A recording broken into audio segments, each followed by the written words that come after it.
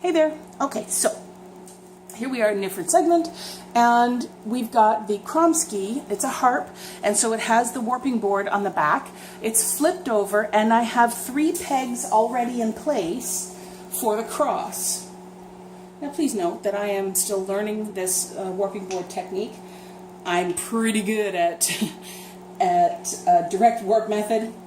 Not so much with this, but we're working on it. Okay, what do you need? You need your pegs to set where it's going to be. We need a measuring tape because we want to know how long the scarf is going to be. And Reese has asked for a longer scarf this time because last time I made him one that was a sample or as an example of something I was doing on the other. Anyway, it was too short. So this one I am making 68 inches long-ish. I think I'm going to go full 68 because I like the length of that, and that'll give him the opportunity to wrap it around if he wants. So that means from the opening peg, or the beginning peg, where we're going to roll it back over and go in the other direction, we need it to be 68 inches for the length. Okay, we know that the Kromsky is 32 inches from side to side, so the inside. However, it's never a bad thing to check and confirm from hole to hole. There we go, 35 inches. So that's why you have a 32-inch weaving distance on the rigid heddle loom. Okay? So, I'm going to put a peg in here. I'm going to tighten these in a minute. Right now it's just about finding the length. I'm also going to put one down here, and then we're going to measure. Okay? So, we have 36 to there.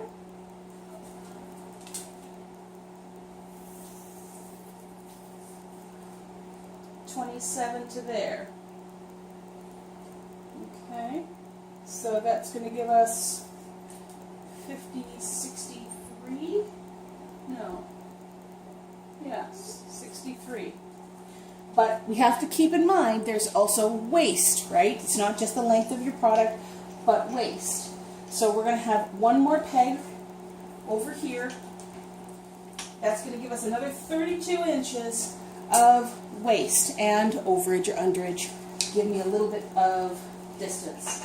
I don't need these extra pegs. Let's measure that again just to be safe. My cat is unimpressed with me right now.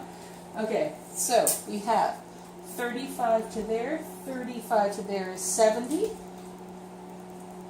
plus 27 is almost 100 inches, which is a nice, safe amount to be able to make a nice long scarf and not have to worry about not having enough waist and all of that. So now we have it measured out.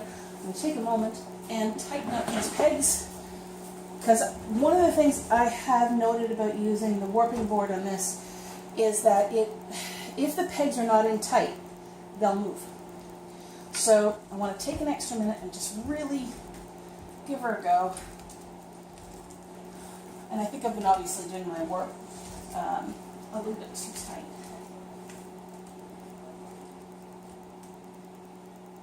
I'm going to flip that over and try again to this side. Just really.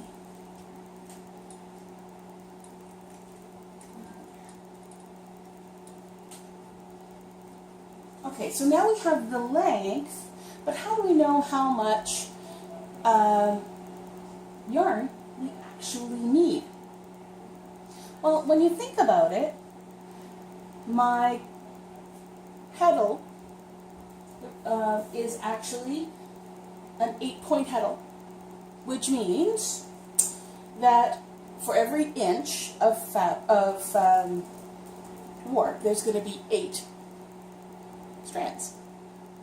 Okay, so how many times are we going to need to go around this? Well, for every inch, we have to do it 8 times.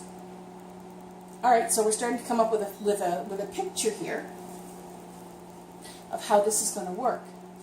So how many inches across do we want this scarf? Well, that's up to you. for Reese, I think we're going to do a 10-inch scarf, I think. Let's see what that looks like. So 60 to 50. Yeah, a 10-inch scarf is plenty wide. There we go. I just picked 10. And when you think about how that's going to lay out on him, then that's going to, I think, be nice and wide and keep him nice and warm this summer. Or this summer, this winter. You know what? This fall, here it is, beginning of December, and we don't have any snow. And I'm not complaining. Please know that I am definitely not complaining about this. But it throws your everything off. You live in the northern climate. You're used to a certain amount of expected snow, and it's just not happening. Okay. So first thing we're going to do, and I'm going to stand up, make sure you all see what I'm doing here. Oh, sorry about that. Might help if I don't kick that. There we go. Probably leave that in there because I'm a goof, and it happens. All right. So we are going to make a loop. Come here.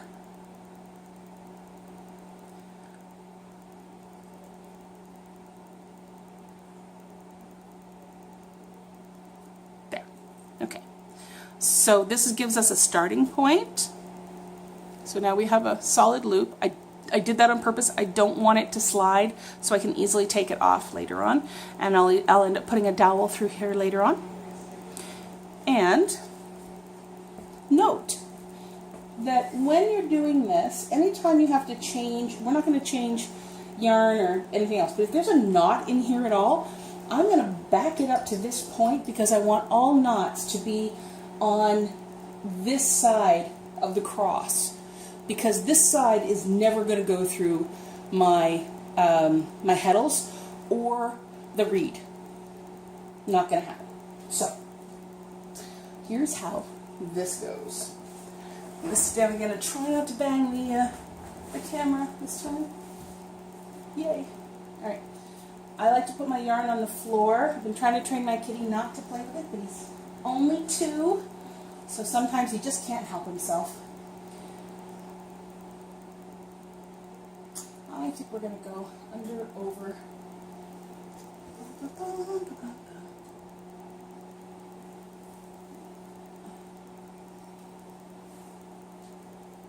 Too tight. Okay, so here's where it has to change, because here I came across and went under this one and over this one. So now I'm going to go under and over, creating a cross. And then, again, because I'm going, anytime I'm going in this direction, I'm going to go under the first peg, after this one, under the first peg, over the second peg. Yeah?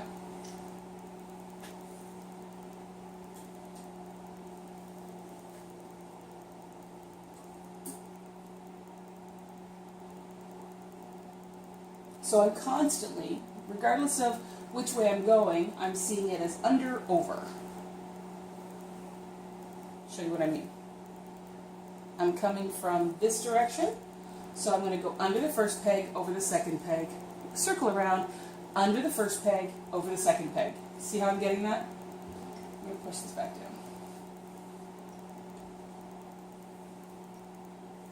Now, for you experienced weavers out there who have done this before, you're probably wondering, where's her counting thread? It's coming. Under, over, wrap around, under, over. What's counting thread? Counting thread is a way that you can make your life a heck of a lot easier. And I'm just going to do a quick yoke.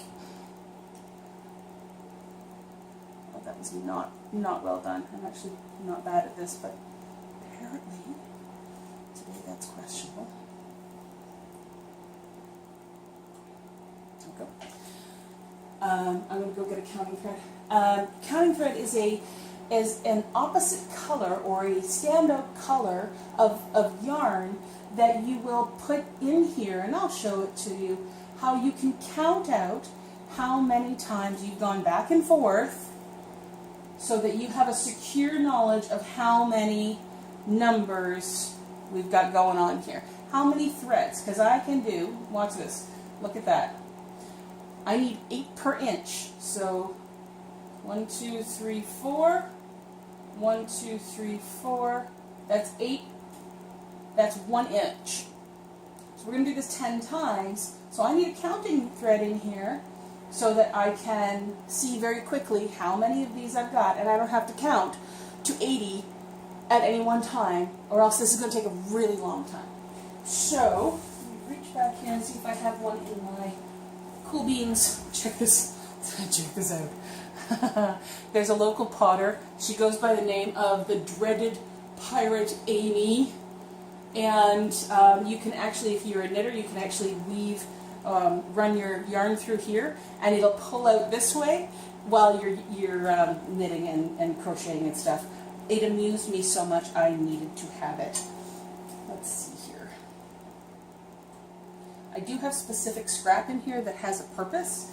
It's not just a jumble of stuff, though it is somewhat of a jumble of stuff. Let's see. This one looks like a good counter thread that is a different color. I'm down with that. I could have stopped this and just started again, but yeah. There we go. All right. So I'm going to take it through around the 8 and bring it back through. So that when I do 8 more, I'll just flip those back over, and every time that crosses, that is 8. So now I have the counter. Oop. My chair is on wheels and I'm rolling away, so. Alright. It is a good thing at this point, well, should have been from the beginning, counting every time. So this is 9, under, over, around, under, over, 10. Actually, you can just, instead of doing 10, you can do it in groups of 8. Not being smart here. It's been a little while since I've done this. So this is now 3.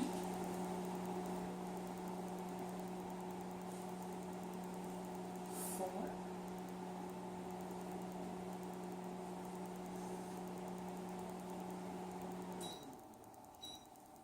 5.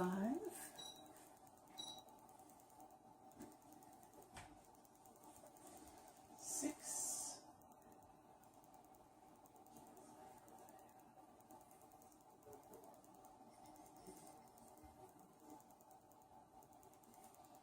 7.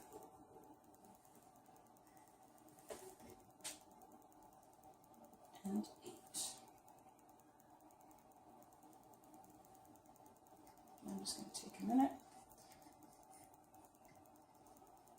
Okay. Always secure your yarn in a loose way on a peg if you have to stop for any minute. You really don't want to lose your tension, and by tension we don't want it to be super tight. So I've learned, because you just want to keep it the same tension, not necessarily a tight tension, because tight tension pulls your pegs out. Again, I've learned the hard way. Okay, so we have 8 here, just confirming because I'm a little bit neurotic about that. And then we're going to have 8 again, so there's 4, there's 4. Flip those over opposite, so we have it's crossing over again. There we go. I'm going to pop these down.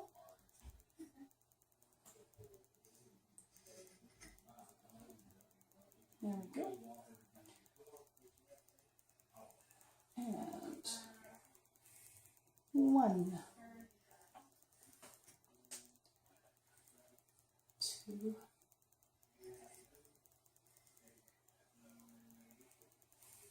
3,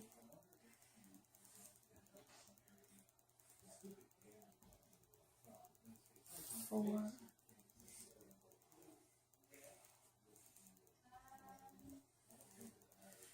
5. See, it happens. This is why you have the counter, because as soon as I said 4, I was thinking, is it 4 in the middle? Is it 4 on the end? Am I at 5? I'm not quite sure where I am at this particular second. So instead of making a mistake, let's check. Pop that back down. And here's your surprise. Not surprise. There's 4, 5, 6, 7. So this back round is going to be 8.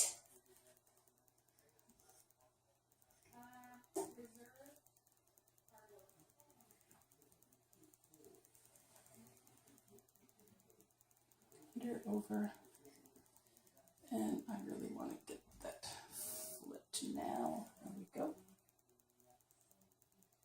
There's 8, and now I have 3 inches of my scarf done on the loom, or on the warping board. So I'm going to pause this because it's probably getting pretty long, and I'm going to finish this up. And when I'm done and I've got everything in place, then I'll show you how I take it off the warping board.